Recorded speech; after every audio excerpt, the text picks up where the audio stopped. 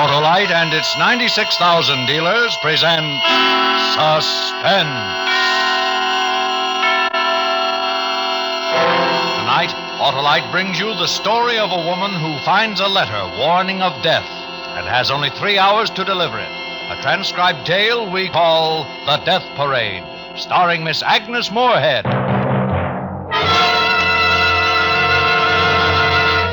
Before our play begins, here is a word about Autolite from our good friend, Harlow Wilcox. Hi, Harlow. You got the time? Always have the time to discuss those great ignition-engineered Autolite spark plugs, Hap. No, the time of day. Day or night, those matchless marvels designed by Autolite ignition engineers are magic for merry motoring. Harlow, I'd like to know what time it is. 10 to 1. 10 to 1? Yeah. 10 to 1 that when you replace worn-out spark plugs in your car with ignition-engineered Autolite spark plugs, you'll get smoother performance, quick starts, gas savings. Oh, 3 o'clock. Then your watch is working. With all the precision of Autolite spark plugs, Hap. Why, they're designed by the same Autolite engineers who designed the complete ignition system for many leading makes of our finest cars. And that's why Autolite spark plugs are world famous for quality and dependability. And now, with the Death Parade and the performance of Miss Agnes Moorehead, Autolite hopes once again to keep you in suspense.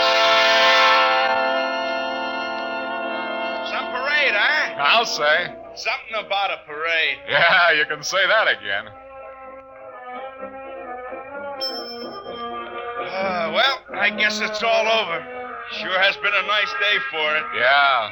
Not a cloud in the... Hey, look. Up there on the roof. Where? The Benson building. Hey, look out! Look out! She's gonna fall! She's gonna fall! Go back! Go back! No!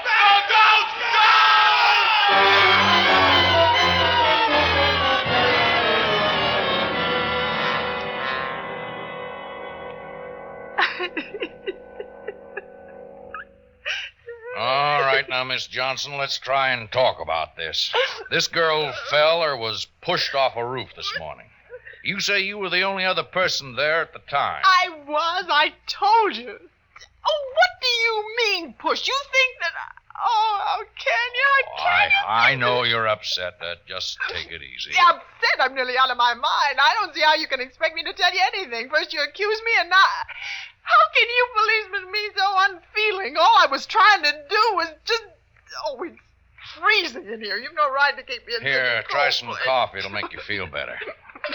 Now, you've told us you know something about this accident. Something more than we already know. Yes, I do, Lieutenant. I mean, it never would have happened, don't you see? Sure. Well, come on now. Yeah, this'll help. Well, I'm so nervous. Oh, it spilled. Oh, that's all right. We'll clean it up later. That's how it started. That's how it started this morning, just like that. The coffee, that poor girl wouldn't have died if the coffee hadn't spilled. That's just how it started.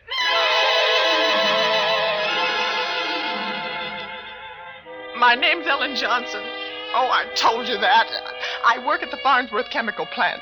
For 12 years I've been there and never missed an hour of work. That is, until today. It was so unnecessary. That horrible, rude little man, he was the one. I'm very precise about my daily habits, very. When you live alone, you arrange things that way. In the morning, I get up and allow myself time to take coffee and toast at the cafe on the corner. I've always disliked cooking in the morning. I leave the cafe at 8:15 precisely in order to be at my desk exactly at 9. Well, this morning it was the same. It's just the same, except that horrible man. He was just awful. As I sat at the counter, I could feel him there. He was 2 seats away, thin and dark, making a nasty noise as he drank his coffee. It was all his fault. Are you going to see the parade this afternoon, miss? I'm afraid I'll be working. Too bad. Should be good for business. I imagine so. Anything else? No, thank you. Hey, you. 25. Mm-hmm. Coffee and toast, right? Yeah, that's right. Hey, you. Thanks. Pass the sugar, will you? Good morning. See you tomorrow. Hey, what's the matter? I asked for the sugar. You can't pass it? I beg your pardon. Yeah, sure. Oh, why, look at that? You deliberately spilled that coffee all over my... Oh, gee, ain't that a shame? What a clumsy. Gee, am I sorry?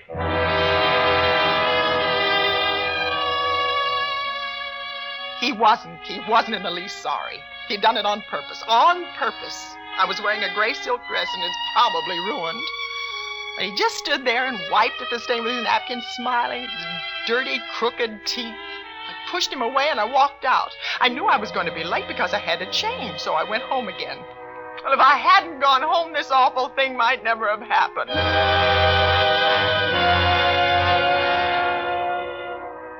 It took me 15 minutes to get back to the apartment, change my dress, and leave again for the office. Well, I'd walked 3 blocks when I saw the letter. It was lying on the pavement in front of an apartment house. It was unsealed and addressed simply to Miss Sheila Mannix. No house number or street. Dear Sheila Mannix, you don't know me. I just got into the city. It doesn't matter who I am, but this is a warning. Believe me, you better take notice. Jack's got it in for you. I stopped reading. There was some more, but I didn't want to go on. It frightened me a little, and, well, I'm not one to pry into other people's business, but this wasn't prying, really. It wasn't. The letter was important. Whoever had written it must have forgotten to put the address on it, and it had fallen out of their pocket. Well, I made up my mind then I would go into the apartment house. It was possible that the writer lived there, and on his way out had dropped it. Janitor. That was janitor. Oh, janitor. Yes, here.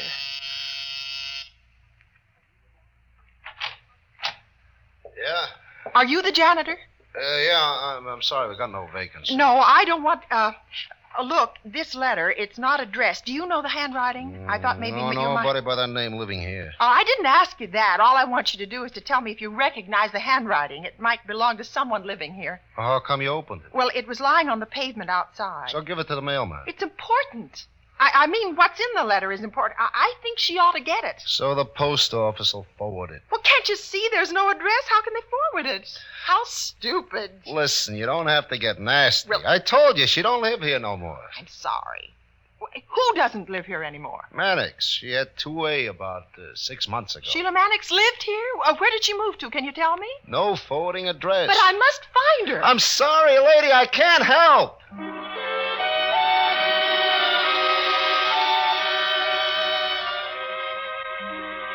Then I thought of the police. I should have told them about the letter, but I didn't. I didn't know what else was in it then. So I went back to my own apartment, and I looked through the telephone book. There were 2 Sheila Mannixes listed. The first lived on Maple Street, and the second on South Tower. I rang the Maple number first.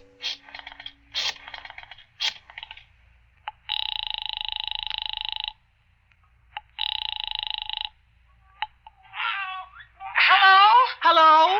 Is this Miss Sheila Mannix speaking? Mrs. Sheila Mannix, who's this? My name is Ellen Johnson, and I found a letter this morning addressed to Sheila Mannix.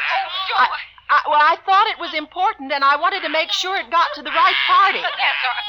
Who's it from? Well, that's it. I don't know. Well, why don't you open it? Well, I have, but I only read a few lines. Oh.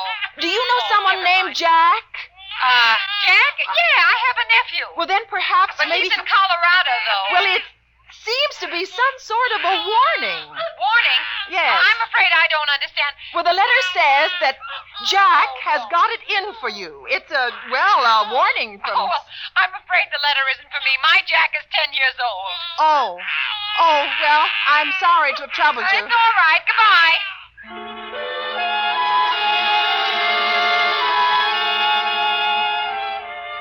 As I hung up, I looked at my watch. It was 9 o'clock. There was my job, but I just had... The second Sheila Mannix listed in the directory lived on South Tower. I dialed the number, and I waited.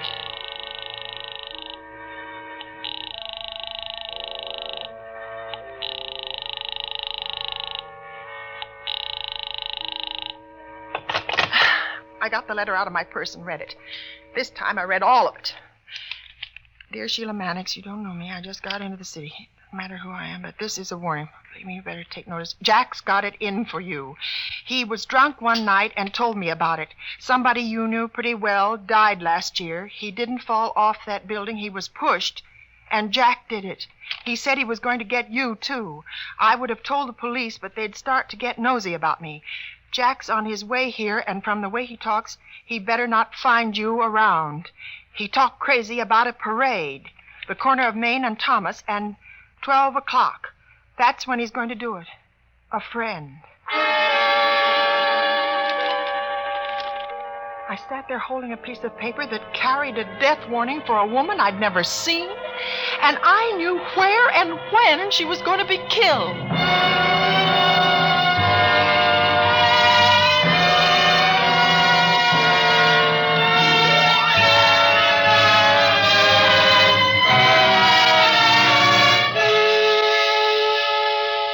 Autolite is bringing you Miss Agnes Moorehead in The Death Parade. Tonight's production in radio's outstanding theater of thrills, Suspense.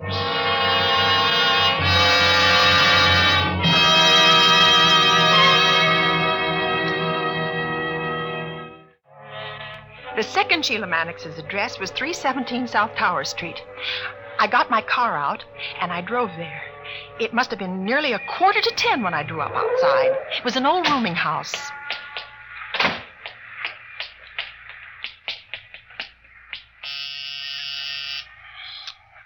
Oh, hurry up. Come on.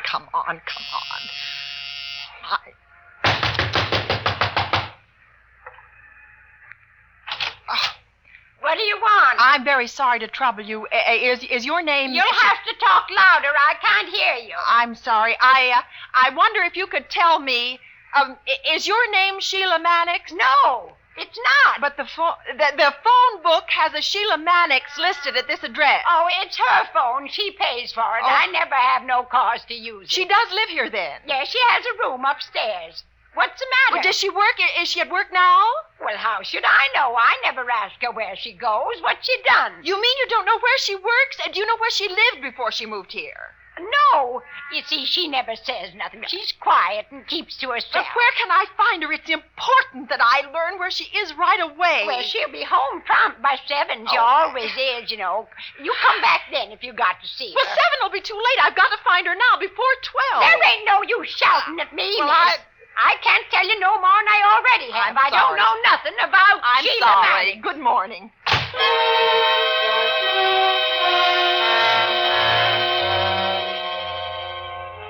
Now, I knew that I'd wasted far too much time. I had to call the police. There was a drugstore on the corner, and I ran down the block to it. Good morning. Can I help you? Yes, do you have a phone? One over there, but it's out of order. Oh, then could I use yours? It's an emergency. I'm sorry, I don't have a private I've phone. got to call the police. I've never been mixed up in anything like this before. It's a letter I found this morning, a warning about somebody being killed. There's a phone in the next store. You can use that. Maybe you know her. She lives down the block. Who? Sheila Mannix. She's the one. At least I think so. Mannix? Uh-huh. Sure. She comes in often to have a prescription filled. Very nice young woman. Do you know anything about her? I mean, where she works? I've got to find her right away. No, Please, it's urgent. I asked her landlady. She didn't know. Well, it seems to me she did mention it once. Think, but, you must think, please. Well, now, it was just the other day we were chatting while I filled her prescription. She said something about Was it a work restaurant? in- A cashier, maybe? No. Department store, elevator operator? Hats, clothes, shoes, usher, No. telephone operator, maybe? No, doesn't hit. I'm You're sorry. not thinking. Well, Try listen, to ma'am, think. if I could help you, I would, but... Oh, my. Any friends in the neighborhood. Somebody you might know. No, never mentioned them. Oh, can't you remember? Maybe she worked in an office, huh? Maybe. Excuse me a moment. A customer. You better go next door and call the police. But can't you remember? I'll be back. Maybe a chorus girl. Does she work in a bookstore? Oh, well, I can't wait. I'll come back after I've called. Oh, a bar. What will they think, a woman going into a bar? Ma'am, Huh? wait a minute. Look, I remember. Oh. You said bookstore. It's a book company. Simmons Book and Stationery Corporation. Oh, That was thank it. you, Simmons thank Book you. and Stationery Corporation. Thank you. It's on Main. Yes, I know the place. Thank you very much.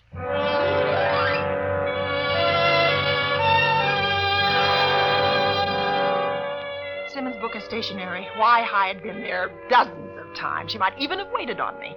I looked at my watch. It was 10:30. I really meant to call the police from the bar, but I didn't know how long it would take to explain. And even then, they might not investigate without seeing the letter first. I thought of the corner of Main and Thomas, the parade, and 12 o'clock. An hour and a half. I ran to get my car. I knew that once I found Sheila Mannix and gave her the warning, she'd be safe.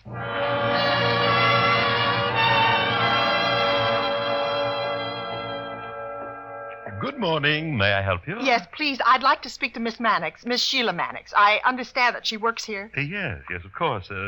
Is there anything I can help you with? No, thank you. It's personal. Yes. 1 minute, please. I'd found her, and it was going to be all right now. While I waited, I looked at the books lining the walls.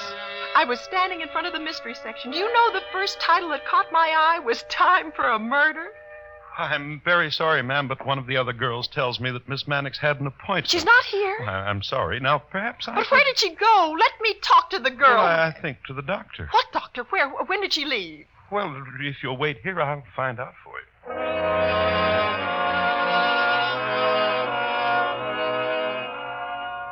I could have cried. It was almost 11 o'clock, and that silly, precious little salesman, he took forever. How long does it take to get in the dress? I started to walk to the back of the store when he came down the aisle toward me. Oh, I'm sorry to have taken so long. A customer on the phone, you know. It's all right. I don't care. Just give me that doctor's address. Oh, yes. I have it right here.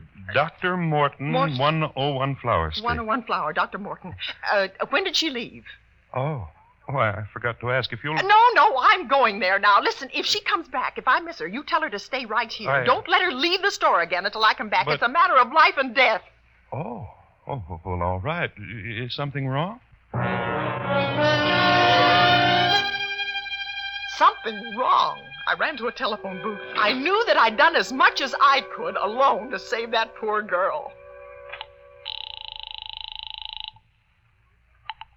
Police Department, Sergeant Leonard. Please listen carefully. There's a murder going to be committed at 12 o'clock. Who is this? Oh, that doesn't matter. My name's Ellen Johnson. I found a letter in the street this morning. It was to a woman called Mannix, Sheila Mannix. Would you spell that, please? Mannix. Mannix. There's not time for... When did you find the letter? I told you this morning. Oh, what difference does it make? It was at 9, I think. Why didn't you call earlier? I didn't because, I tried to find her myself. I think I know where she is, but Have you got the letter with you? Yes, I have. Would you read it, please? Well, there isn't time. You've got to send some men here. It's a warning. Somebody called Jack is going to kill her at 12 o'clock on the corner of Main and Thomas. There's a parade going on then. What does this woman look like? Can you give us a description? No, I've never seen her. I don't even know her. You say you think you know where she is? Yes, at a Dr. Morton, 101 Flower Street.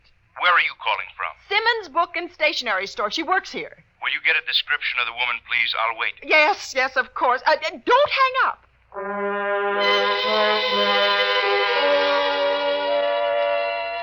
I found the young man again, and he told me what Sheila Mannix looked like. I got back to the phone and told the officer, short, about 5'2", thin, possibly 90 pounds, wearing a brown coat with a brown shoulder strap bag. We'll try to find her, Miss Johnson. Now, please stay there. I'll have an officer come to the store to pick up the letter.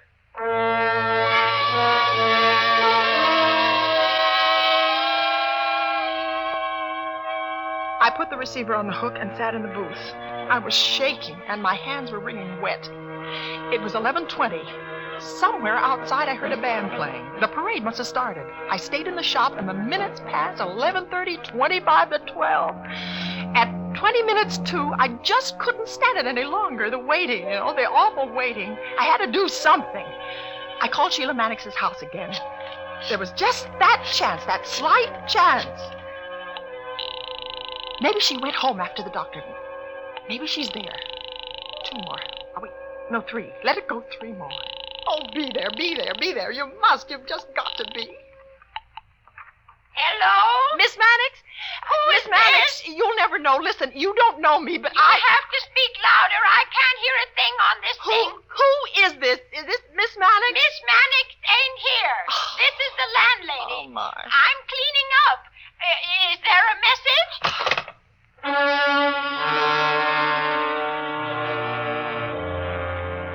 I couldn't stay in that store any longer, so I gave the letter to the salesman and told him to give it to the police when they arrived. It was 11:45. Main Street was alive with people. It seemed as though the whole city had turned out to watch the parade. I pushed my way along the street towards the intersection. I just couldn't have stayed away if it were my own life depending on it. The crowd was so thick that it was impossible to see anything from the street, and I just had to see. Then I thought of the Benson building and the roof. If I was up on the roof, I could see everything that happened on that corner. It was 5 to 12 when I got in the elevator and took it up to the 19th floor. I had to walk to the roof, and I could hardly breathe as I opened the door and stepped out into the bright sun. Instinctively, I knew that this was the building. The same building that the man in the letter had been pushed from last year. For a minute, I didn't see anyone. And then, at the corner, standing near the edge, looking down, I saw her. A short woman, quite thin, dressed in a brown coat with a shoulder strap bag. Miss Mannix. You are Miss Mannix, aren't you? I've been looking for you. It's about a man called Jack. He's looking... Oh, it's all right. It's all right. Don't be frightened. Don't be frightened. Don't move back. Don't. The edge. Don't. What's the matter? Get away from there. No, you get... No!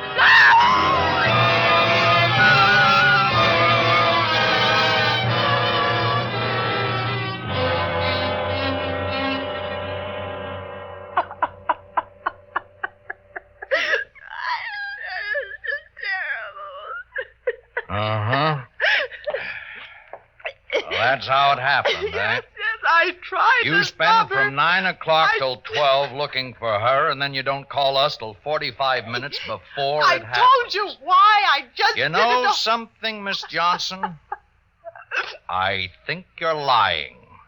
Lying. How dare you say that? I was doing what I You thought was pick the up right a letter, thing to do. a warning letter. Well, You I- go to a janitor. You call people on the phone, but not the police. Well, You visit Sheila Mannix's house, talk to the landlady, talk to the neighborhood druggist, to the salesman in the bookstore. All witnesses, all But I alibis. wanted to find her, to warn her. And Don't... then you call the police when you're sure it's too late. How did I know she'd be up there? How? You set up a nice alibi for yourself. You were alone with Sheila Mannix. Who's to say you didn't push her? Oh, stop it. You don't know what you're talking about. You know right. I was trying to help her, that's all. I won't listen to you. I'm going home. Now you sit down. Oh. I'm holding you for a while. We're going to check, Miss Johnson. We're going to do a lot of checking. Arrest me? I was a good citizen. I did my duty. I tried to save her, and you were going to... Lieutenant, Oh, yeah? Oh, can I see you for a minute? Sure. You stay right there, miss. We're not through. This happened last year. murder. Murder, that's what he's saying, that I We had it on murdered the her. books. He called about an hour ago. He's saying that. Told us the whole To thing. me, after all the We couldn't good tie I... it up, though. Oh. I was only trying to warn the Yeah, poor Take a girl. look at the report. Well, where are they holding? He's saying it's about me. 28th I know it. I know it. I know it. Okay. All right, that does it then. Oh, All right, Miss Johnson. We know what happened now. you know. What do you mean you know? I told you that's how it happened. Every word. Well, I'll tell you something. I've got to believe you. There's nothing I can do about it. Nothing you can do? Well, what should you do? Instead of frightening the life out of me, you should thank me for doing You it. listen to me for a change. I'd like nothing better than to throw the book at you, but I can't. We've got the man called Jack. He was picked up on the parade. There, you see, there. I was right. The fellow who wrote that letter you found called the police about an hour ago. He told us the story. That's how we got our boy. Then she was safe. He couldn't kill her. She wasn't in any danger then, was she? Oh, yes, she was. You. Because you found her and frightened her to death. I was only telling her that there was nothing to be afraid of. Sure, that's all. Do you know that she was standing in the same place where her boyfriend was killed a year ago? And then you come along and mention the name of the man she knew killed him. Now maybe you know why she was afraid and backed away from you. You didn't know a thing, huh? Well, I want you to know something, though. I want you to sleep with it for the rest of your life. If you'd called the police when you picked up that letter, Sheila Mannix would be alive right now. You think about that. I can't see where I was wrong. Oh, maybe I should have called sooner, but I did call. If you hadn't taken so long, Oh, get out of here. Go on, get out. It's too bad we can't send you where the other guy's going. He killed last year. You did it today, just as sure as if you'd shot her. Go on. It's all right, Lieutenant. I understand. I can see why you're upset, and I'm sorry. Sergeant, you understand that I was only doing what I thought right, don't you? It wasn't my fault. It wasn't.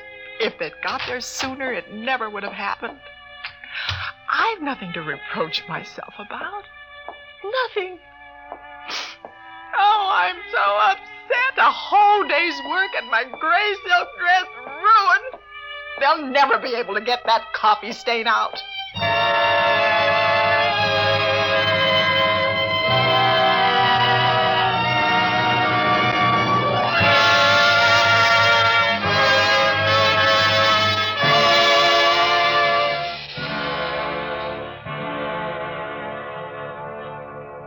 Suspense, presented by Autolite. Tonight's star, Miss Agnes Moorehead. Backward, turn backward, O time in your flight, and give us a minute to talk Autolite. That's a good idea, Hap, but it would take us hours to tell about the more than 400 fine products made by Autolite for cars, trucks, planes, and boats in 28 plants from coast to coast. These include complete electrical systems used as original equipment on many leading makes of cars. Electric windshield wipers, starting motors, wire and cable, voltage regulators, coils, distributors, generators. All engineered to fit together perfectly, work together perfectly as a part of the Autolite team. So, friends, don't accept electrical parts supposed to be as good. Ask for and insist on Autolite original factory parts at your neighborhood service station, car dealer, garage, or repair shop. And remember, you're always right with Autolite.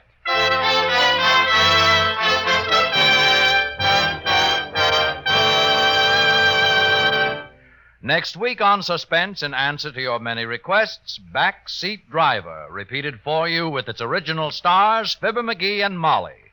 And during the month of March, you will hear Mr. William Bendix, Mr. Ronald Coleman, and Mr. Jack Carson, all on Suspense.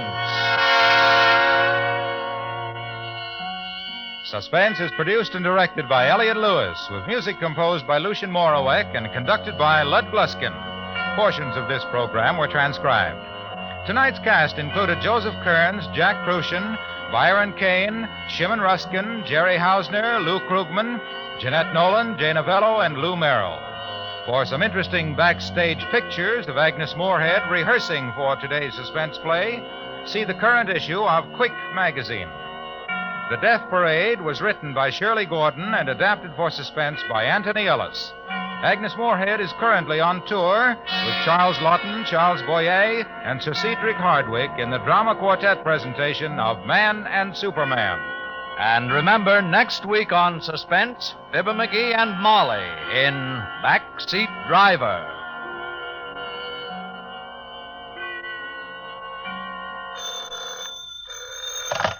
You can buy world-famous Autolite standard-type or resistor-type spark plugs, Autolite stay-full batteries, Autolite electrical parts at your neighborhood Autolite dealers. Switch to Autolite. Good night. This is CBS, the Columbia Broadcasting System.